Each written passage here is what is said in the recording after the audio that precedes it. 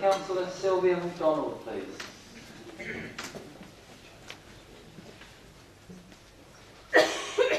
Thank you. You again have a request of 10 minutes. Thank you.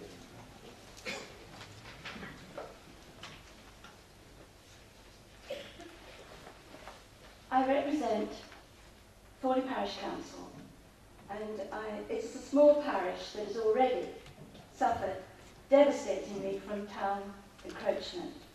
10 years ago, housing reached the very edge of our boundary. We were sliced in half so that the town could have its bypass, which divided us in two. Lanes were stopped up, links severed. Oberry Way did not exist. It was dug out of the field that is now the school site to let parishioners get to church. And now here we are again. We are facing further ravage to our community and our countryside. We wish the committee to refuse this application. The law and local policy guidance are in place for you to do this. The law is clear. It gives good reasons for keeping Greenbelt open, and it clearly states that development must be justifiable, appropriate, and no significant harm.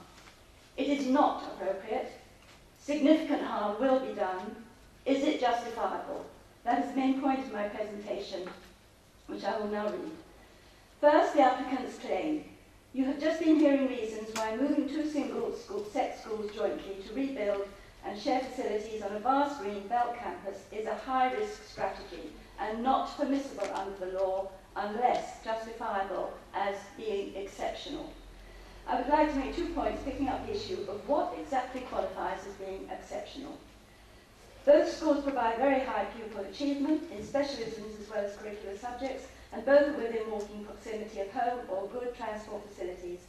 These are exactly the things that parents want, and it is also why the two schools are oversubscribed. If there is an exceptional educational need to move, why aren't more people calling for speedy action to do so? And then school place shortfall across all the 6 local secondary schools is currently small and believed to be manageable within existing administrative procedures. And sequential alternative solutions exist to address the longer-term forecasting of shortfall. Again, where is the case for exceptional educational need to move? Now for the harm that is being done or will be done.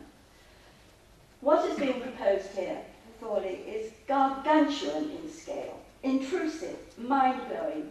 This is not like a golf club which can become part of an open landscape. It's a takeover of 50 acres by 3,000 pupils and staff. It's constant activity, floodlighting, noise from football, rugby and hockey fields, high security fencing around the whole site, large, tall, alien-looking buildings on terraced farmland, standing high on the rural skyline, dominating the landscape in every direction, hundreds of cars and tens of coaches appearing at the same time and place twice a day, and using the local roads that are already shared by the hundreds of people living there locally. This is disruption and disturbance on a huge scale. Even before 700 new houses are built on vacated school land and compete for school places and road space. Now the law gives indicators to determine what would constitute harmful impact of significant magnitude. In this case, the proposed building heights, acreage of hard surfacing, and also the nature of the car parking activity push this development well into the category of hugely and significantly harmful. Of concern to Thorley Parish is 6 areas of inappropriateness and significant harm. With regard to 3 of these, aircraft noise, Thorley Street traffic and archaeological heritage, our argument is backed by empirical evidence. You've just heard from Martin. The other areas of concern are flooding, the Hertfordshire Way and the environment and visual landscape. Now on aircraft noise, Martin PG has just put the case to you. I will just say a couple of things to put it in context. The requirement in law governing permissible acoustic limits for school activities is 35 decibels for classrooms, well below the numbers we've been talking about, and 55 for playing fields. I should say too that overflying of the site cannot go above 3,000 feet. This is the maximum height permitted over Thorley for air safety reasons. And now Thorley Street road traffic. You've already heard from previous speakers about the difficulties there will be for local residents obliged to use Thorley Street and Whittington Way in peak hours, and also about the traffic problems further back into town in Four Pit Lane. I will add a few points specifically about the inappropriateness of Thorley Street as the school's access road. Thorley Street is the continuation of London Road as it runs through Thorley. It is the only southern gateway to the town, always busy with traffic queuing at peak times. A speed and volume traffic survey over a period of 7 days in June 2008 found that a total of as many as 82,434 vehicles had travelled along it. This is roughly 10 vehicles a minute, if you assume a 16-hour day. Road accident deaths have occurred and flowers are still placed at shrine locations. It's narrow, crossed by 3 definitive rights-of-way, including the Hertfordshire Way. Crossing the road to reach allotments, post box or bus stops has long been a hazard for residents, especially for children, the old and disabled. Proposals to introduce pedestrian safety islands have been rejected owing to narrowness of road. Turning in and out of Thorley Street's 4 side roads and 30 or so frontage driveways is already a dangerous manoeuvre. When hold-ups occur, the only possible diversion route is along the bypass, which is unsuitable for buses needing to negotiate the Aubrey Way slip road. Thorley Street will come to a standstill if it has to cope with extra traffic, bringing children from Essex catchment areas, plus the traffic generated by 700 additional houses in the town. Archaeological heritage. Excavation of the site found extensive Bronze Age, Iron Age and Roman remains of major significance, revealing evidence of burials, agricultural, possibly viticultural activity, and other heritage assets. Further investigation is needed to establish how extensive this is, and if measures would be required to preserve these remains in situ. Careful and time-consuming investigation is needed at the whole site before ground levelling and construction work can begin. And now flooding.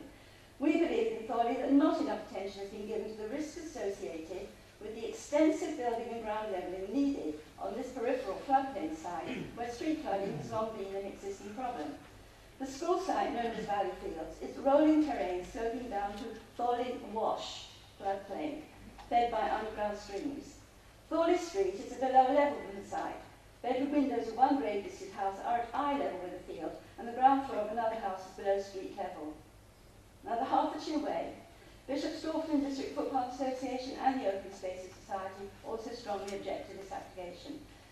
A survey in 2008 shows that the Hertfordshire Way is a favourite and well-used footpath for local people and for families with children, as well as being a popular path linking the towpath to the parish church.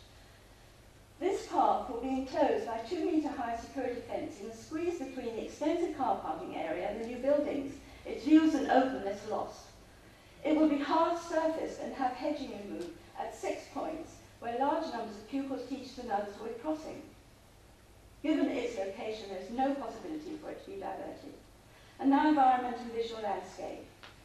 If the development goes ahead, the character of Thorley will be affected adversely and irrevocably.